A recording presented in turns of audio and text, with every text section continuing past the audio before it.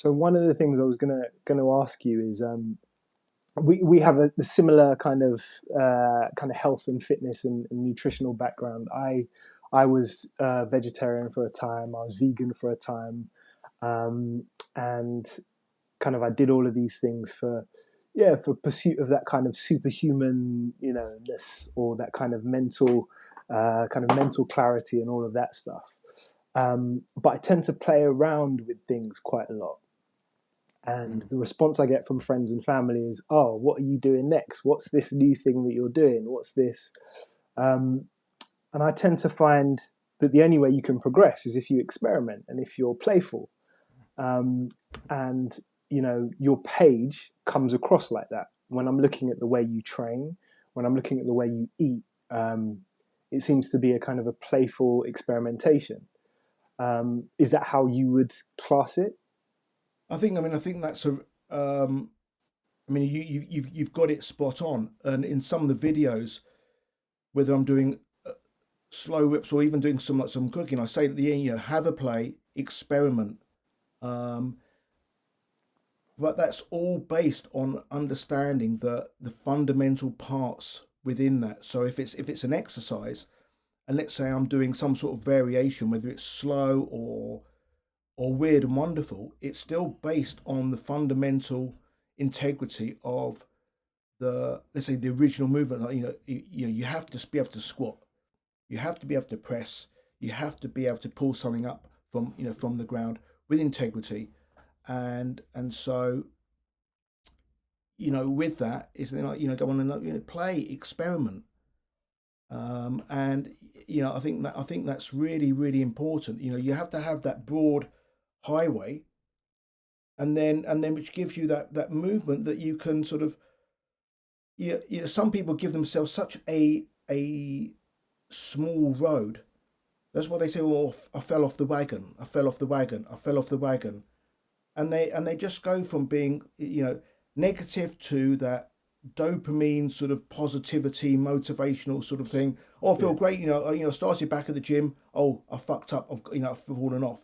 yeah. And it's like, well, if you make the road a little bit wider and Hmm. allow yourself to experiment and to make mistakes and understand that's all part of the journey. Hmm. And it's like doing martial arts. I mean, you get thrown about quite a lot. You get hurt. Mm. It's not the intention, but it is a martial art. It's like, oh, I went to boxing, I got hit in the face. Well, yeah, that's what boxing Yeah, is. yeah. I mean, ideally, boxing is about you know, not getting hit in the Hmm. face, like moving, and hitting the opponent in. But that's what happens. And Hmm. if you don't have that stimulus, you're not going to move on from that. So it's important to have all those stimuluses, whether you've eaten something that's made you feel bad, Mm. you've learned from it. Yeah. Okay, well, I know I can, all of this, and I think that's my way of um trying to sort of express, let's call it my protocol. Is Mm. like, well, give yourself a break, have the wider pathway, have the integrity of knowing exactly what you're doing within that. Mm. And if you experiment, and if you choose, well, I experimented. I went to the pictures and I had a whole load of popcorn, and the next day I felt shit. Mm.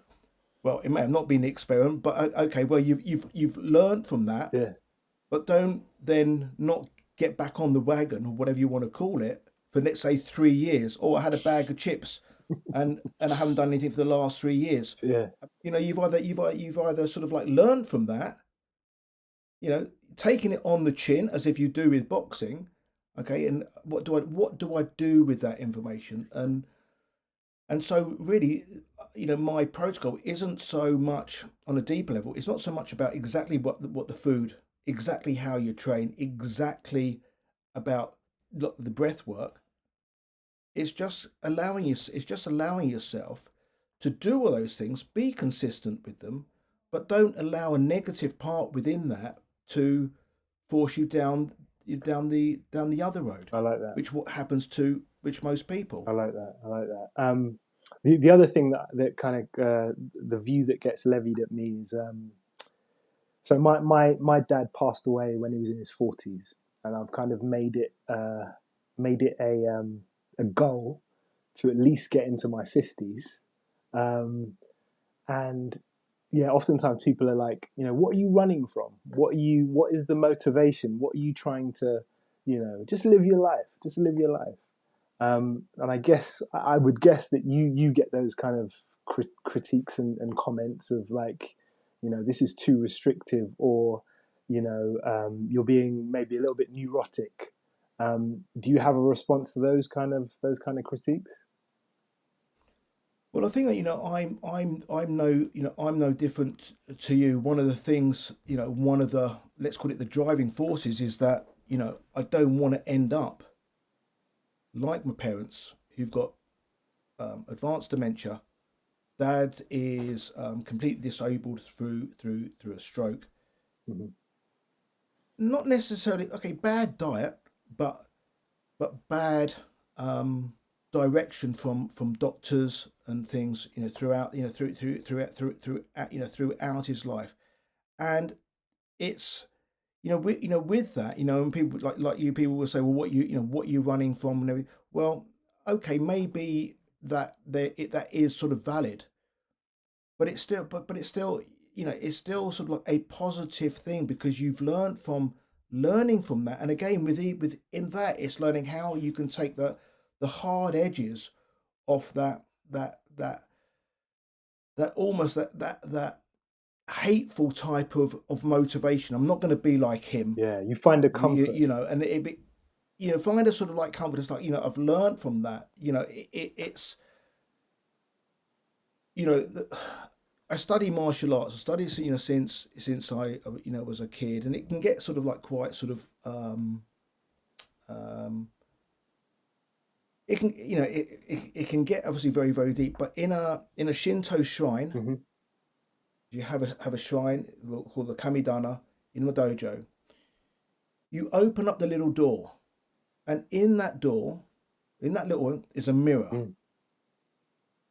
And life is a mirror. It's reflecting to you, Mm. like, oh, there's me, and everyone is is a mirror. So I can look at my parents and I can learn from it in a positive way. Mm. Mm. And with parents, it's difficult Yeah. because there's all that. It's not as simple as we have lots of people have lots of stuff to deal with parental issues, Mm. and Mm. I'm perhaps like no different Mm. to that. But ultimately, they are just a mirror. Yeah. Yeah. They are just a mirror and it's all about my reaction to that. Can I do I want to have that victim mindset? This is what they did to me. This is what they taught me. They taught me to not to do that, not to do that. All this stuff. Mm. Or I look at it as a um, as that mirror. Hmm. What can I learn from this? How can I react in a positive way? Because it's information.